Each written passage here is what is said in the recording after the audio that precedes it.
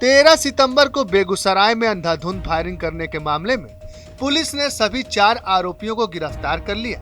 ये चारों बेगूसराय के रहने वाले हैं। 3 आरोपियों को बेगूसराय से और 1 आरोपी को झाझा से गिरफ्तार किया गया। गिरफ्तारी के बाद आरोपियों ने खुद को निर्दोष बताया। निर्दोष है। क्या नागा, आप कहाँ थे? घटना के समय कहाँ थे नागा? होटल पे थे। अच्छा, क्या आप जानबूझ के फंसाया गया है क्या? Yes sir. टोटल कितने थे इस बारे में अभी जांच चल रही है। हमारी विशेष टीम लगी हुई है। देखिए, मामला अभी जांच में है, सारे पहलुओं की जांच। सर, कोई पॉलिटिकल कनेक्शन सामने आया कि आपने फोन फोरेंसिक में भेजा हुआ है? देखिए, एफएसएल की टीम जो पटना से आई थी, सीआईडी से हम लोग पूरी मदद ले रहे हैं। तो इसमें जितने भी लोगों के फोन जब्त हुए हैं, सबकी हम लोग गहराई से पूरी जांच कराएंगे। बेगूसराय कांड के अपराधी केशव के परिवार ने उसे निर्दोष बताया है।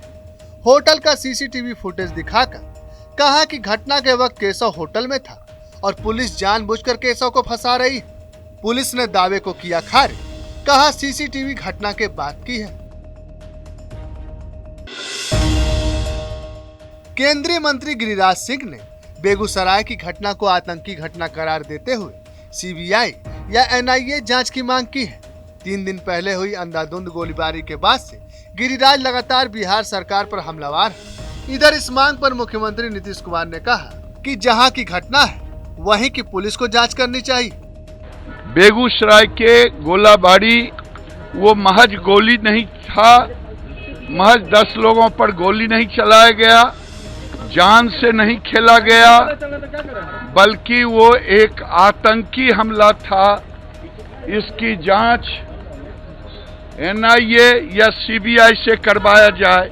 उसकी जांच की लिपापोती की जा रही है तुष्टीकरण की राजनीति के तहत। घटना घटी है जहां पर, तो वहां का न करेगा पुलिस वाला जांच। वो जांच कर ही रहा है और जिन लोगों को भी वो उसको जो पता चला है और सारी बात से मालूम को अपना पकड़ा है और पूरी बात वही लोग बताएगा, पूरी जानकारी देगा। कौन क्या वो लोग बोलते हैं उसमें मतलब नहीं। बिहार के पूर्व उप मुख्यमंत्री तारा किशोर प्रसाद ने नीतीश कुमार के प्रधानमंत्री बनने की महत्वाकांक्षा पर तंज कसते हुए कहा कि पहले राज्य संभाल ले नीतीश। उन्होंने ये भी कहा कि अभी देश में पीएम पद के लिए वैकेंसी नहीं है।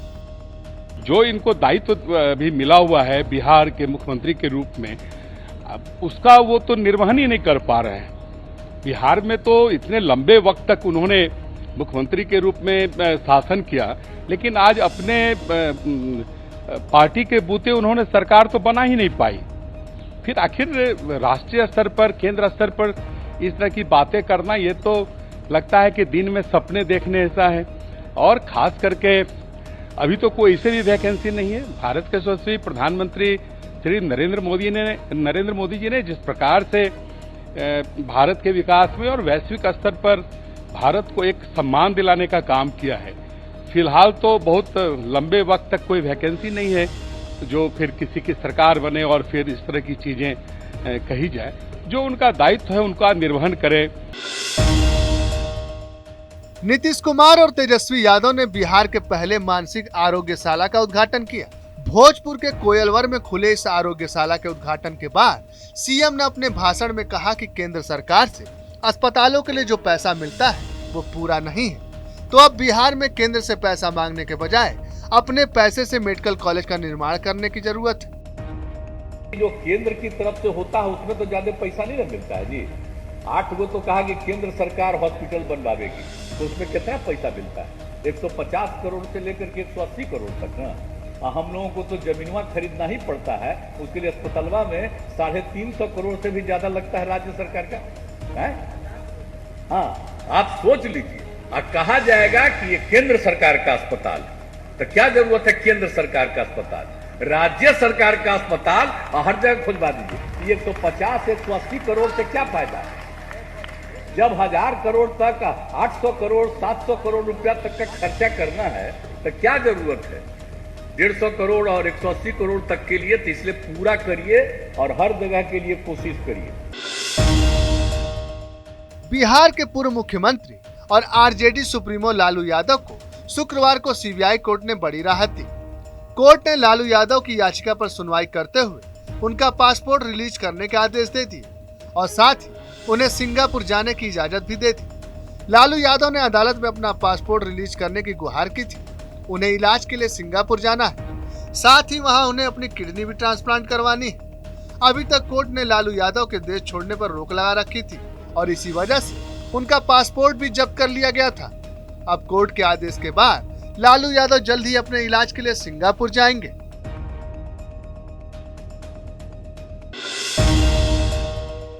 बिहार के मंत्री तेज प्रताप यादव अपने सरकारी ऑफिस में बांसुरी बजाते नजर आए। बताया जा रहा है कि वन मंत्रालय के अधिकारियों को एक डॉक्यूमेंट पर तेज प्रताप के साइन की जरूरत थी, लेकिन तेज प्रताप ने उन्हें बैठाकर पहले बांसुरी सुनाई।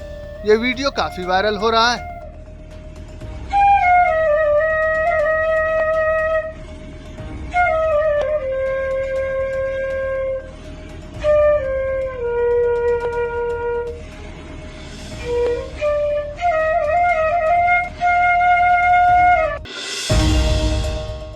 झारखंड में मुख्यमंत्री हेमंत सोरेन की सरकार ने ओबीसी को 27% आरक्षण देने और 1932 के खतियान के आधार पर स्थानीय नीति करने का फैसला किया। सरकार ने साफ कर दिया कि अब से 1932 का खतियान ही होगी झारखंड के मूल निवासी की स्थानीयता की पहचान। 1932 के खतियान आधारित नियोजन नीति का विरोध सबसे पहले राज्य के पूर्व मुख्यमंत्री मधु कोड़ा ने किया था। उन्होंने हेमंत सोरेन की स्थानीय नीति का जमकर विरोध किया था। अब उनकी पत्नी गीता कोड़ा भी इसका विरोध करने उतर चुकी है। ये अकेले गीता कोड़ा या मधु कोड़ा की बात नहीं है। यहाँ लाखों लोग रहते हैं कुल्हान में और जिनका लास्ट सर्वे सेटलमेंट ही 64-67 का है। ऐसे में 1932 को अगर हम कटअप कर देते तो यहाँ के हज़ारों लाखों लोग कहाँ जाएंगे। हम अपने ही जगह ज़मीन पर हम एक तरह से विस्थापित हो, एक तरह से हमें आउटसाइडर घोषित किया जा रहा है। हमें अपने ही जगह ज़मीन होते हुए, हमें अपना ही खतियान होते हुए हम लोगों को क्या ग्राम सभा में प्रूव करना होगा कि भाई हम यहाँ के खतियानधारी हैं। खतियान होते हुए हमें ये प्रूव करना पड़ेगा। ये बड़ा दुर्भाग्य की बात है। इसलिए हम बार बार कह रहे हैं कि माननीय मुख्यमंत्री जी इस स्थिति को स्पष्ट करें कि आखिर 32 का चलेगा या लास्ट सर्वे सेटलमेंट होगा। तो इसलिए माननीय मुख्यमंत्री जी को स्पष्ट करना चाहिए और अगर जल्द स्पष्ट नहीं करते हैं तो ये कोल्हान जलेगा और उसके जवाबदेही हेमंत सोरेन जी होंगे। झारखंड के मुख्यमंत्री हेमंत सोरेन दिल्ली दौरे पर हैं। उन्होंने कांग्रेस नेता और पूर्व केंद्रीय मंत्री पी चिदम्बरम से मुलाकात की। उधर बीजेपी सांसद निशिकांत दुबे ने हेमंत के इस दिल्ली दौरे पर तंज कसते हुए कहा कि वो इधर उधर क्यों भाग रहे हैं।